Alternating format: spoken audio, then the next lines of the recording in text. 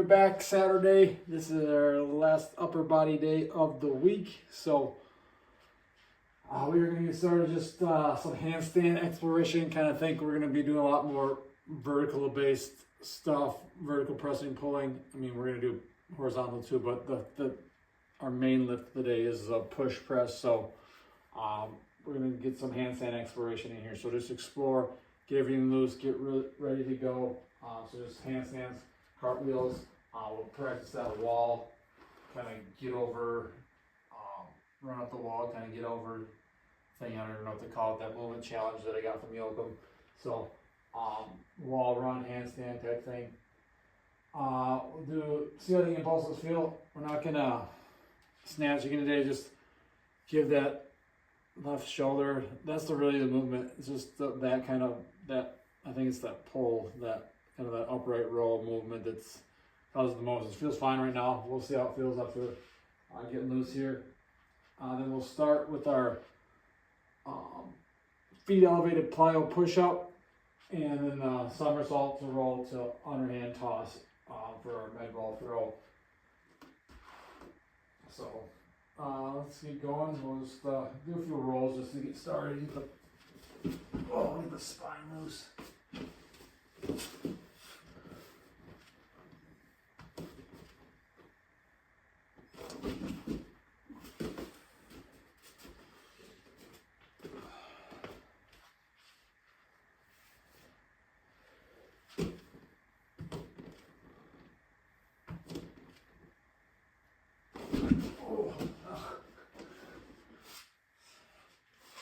Sometimes you forget the roll and just land right on your back.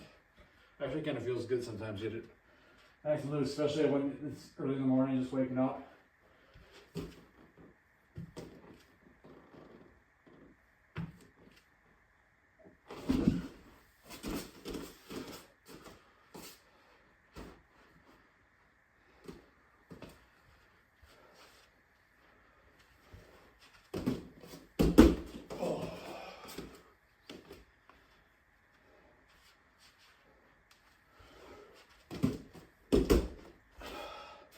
So the other movement challenge we had the other day when I had the boys over for my elementary aged kids was the fart wheel. I thought it was really funny when you try and fart while you're doing a cartwheel. So I posted a video of that the other day, but I had my nephew, who's 5, film it, and we didn't really get it on camera. So, but that was our new movement challenge. They're starting to get good at cartwheels. Now we're implementing the fart wheel because farts are funny. So if you don't think farts are funny, then you probably don't belong to tag. Because farts will be funny. Whether you're 5, whether you're 37, whether you're 87, farts are always going to be funny.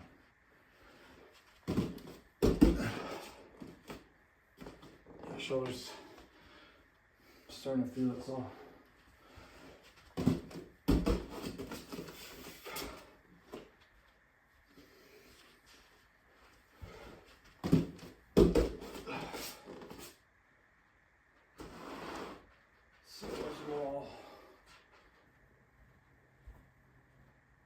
Alright, start with plyo push-ups, just feet elevated. Drop down, explode up. Those hands off the ground, hope this bench doesn't fall over.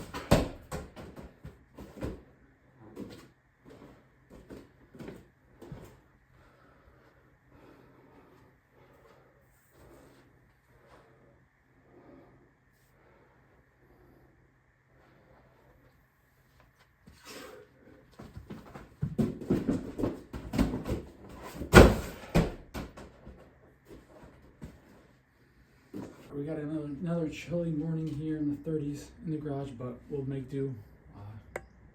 The only problem is when you have no hair, that's where all your heat goes out of your head. So keep the hat on, get a little bit of heat in there so we're not freezing. The worst part about the cold is that the bars get cold. So it shouldn't be too bad once you get warmed up, once you get used to it. But upper body, again, we did that stuff inside, we're out here. Maybe the last day we're out here, I don't know, maybe we'll move everything inside, kind of look at the weather for next week, see what it's like. But if it isn't, it's probably the last week of a lot of overhead stuff, at least standing overhead stuff, because inside we can't do it just because of the low ceilings. So we'll make do when we can here. So we're gonna go push press, 8x5 on those. We'll do those seesaw, rope pull, chin up pull-ups, chin ups, whatever you want to call them. 8x5 of those, and then we'll mix in bandy pancakes as our spinal movement, that spinal flexion of the day, get that band. Kind of like the sit and reach, the old metal box of doom from elementary school, and do those as well, just to get that spine working. And then we'll get into our horizontal push. We'll do our push-ups, and I don't even remember what we have for ring rows, different variations of those, and then finish with some arms, and we'll be good to go. So gonna get warmed up here with the push press, and we'll go from there.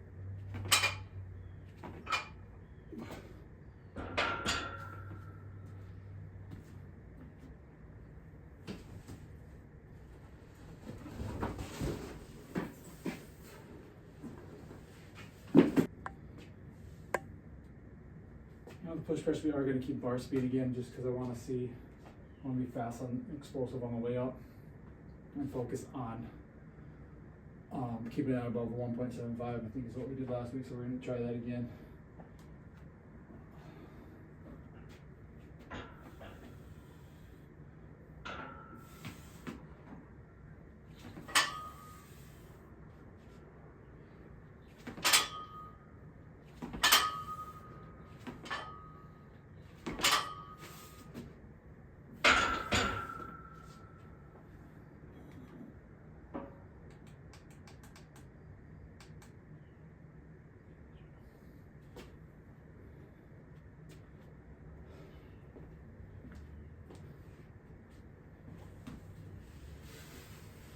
Roll it up over.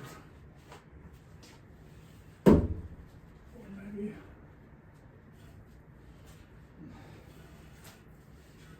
Again, it's just pulling back and forth, alternating arms.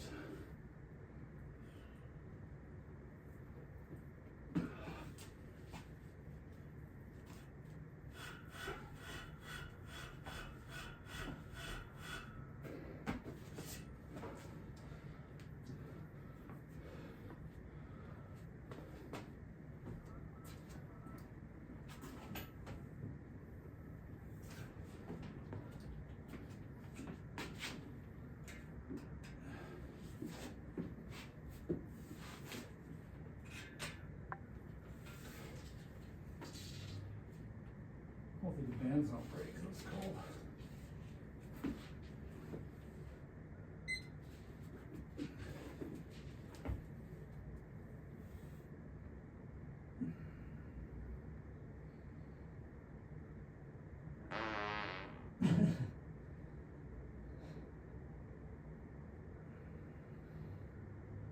Spinal fortune.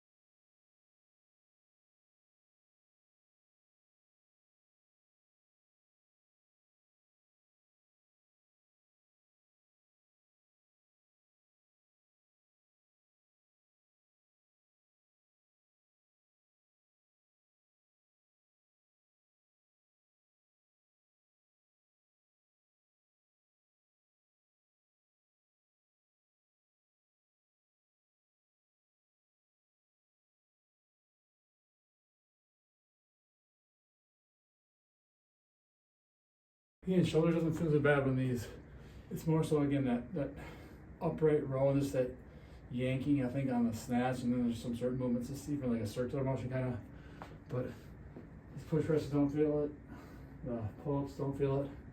So again, if you are injured, if you got an injury, probably the worst thing you can do in most cases, yes, if you have a shattered spine, you're probably not going to be doing anything. Legs are amputated, yeah, right away, you're not going to be doing much. But again, those are the worst case scenarios. If you have a bad shoulder, a pulled hamstring, a broken foot, a broken wrist, a sprained ankle, there's so much things you can do. So if your trainer or something like that, doctor says don't do anything, personally, I would just ignore them. There's always something you can do. You can train around injuries. You can find modifications. If one wrist is broken, thumb is broken on one hand, you still got a whole another arm you can do. You got two legs you can use. For ankle, a knee, whatever, hamstring's blown out on one side, you still got another leg, you still got an upper body. You can work around these things, and that's going to help you recover better because you're still being active, you're still moving. There's even the studies and research that shows like if you work one side, your other side's gonna stay a little bit if like I broke my wrist and your arm gets really skinny when that cast or whatnot. So if you train that other side, yes, it's gonna atrophy. You're not gonna have as much muscle or whatever on that side. But keeping that other side active I think has been proven to improve that, even that maybe possibly healing that or speeding up that recovery process, as well as less atrophy on that side of that muscle. So still train, still do something. You can always do something. Find ways to manage it. Find ways to move.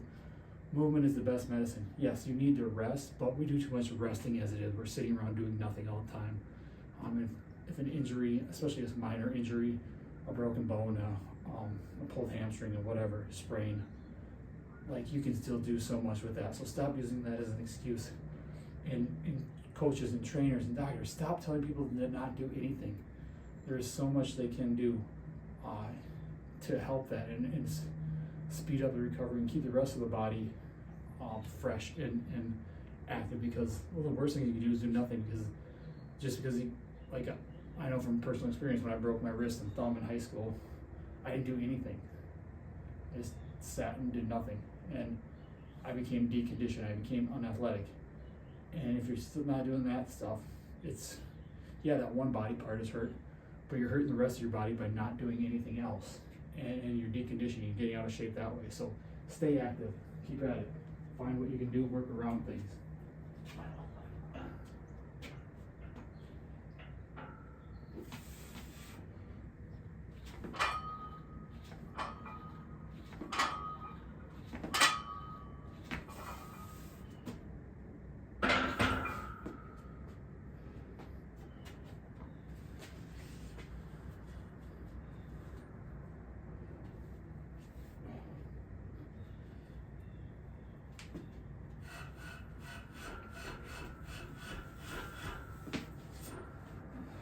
Which I have a hockey player at the high school, and if you know hockey players are tough guys and girls. They play with broken whatever, but he has a broken wrist. Came in with a soft cast, I don't remember, a few weeks ago when he first did it. didn't not show up like most people would do, most kids would do, because he got an injury. No, he said, oh, got this, I might not be able to do the bench press or whatever we had that day. Can we modify it? Can we ask what he could do? And I gave him some modifications, some things he could do. So that's what it's all about. It's training around stuff, training still, moving your body, still training, no matter what. Now he's got a hard cast on it. He's been in every day with the rest of the hockey team in the off season, getting ready, still working, not able to, again, barbell bench press, out of the question. But he still has a right arm. I think he's a left hand anyway, if I'm thinking right. He can still do the other arm. He can still do legs. We modify around injuries and limitations. It's like those people you see in wheelchairs, they're still doing pull-ups. They're still doing whatever. So you're only limited mainly by yourself and what you think you can do, and because you can do more than you think even when you are injured. So keep moving, keep training, find modifications, find ways around it to still train even if you are hurt, even if you are injured. All right, next up we're gonna hit a set of, or just one set of push-up iso hold, 2.5 minutes. We're up at 30 seconds this week. After that, then we're gonna go 2 sets of every rep different push-ups, supersetted with the inverted ring rows. So we'll start up, we'll do a 30-second slow lower, so nice slow on the way down, and then pump out max effort, max amount of reps as we can there. So we'll do 2 sets of that, 1 set of the ring rows, or 1 set of iso hold push-ups, sorry. And we're also going to hit lat pullover iso holds. So dumbbell lat pullover. Once we get that, so first off, it's the iso hold push-up. 2 sets of every rep different push-up paired with the slow low ring row to reps and the dumbbell pullover iso holds. So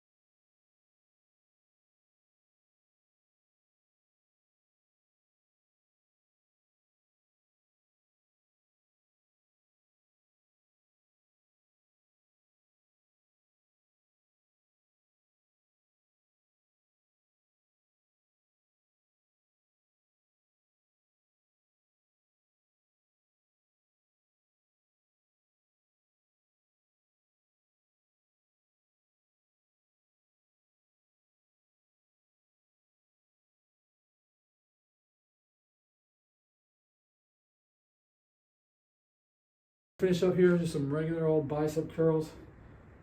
2 sets of those, 2 sets of band tricep push downs. And we'll finish with a 2-minute hold, rear delt fly. And we'll go in and probably hit some reverse crunches on the GHR. Don't need to film those, but so we'll hit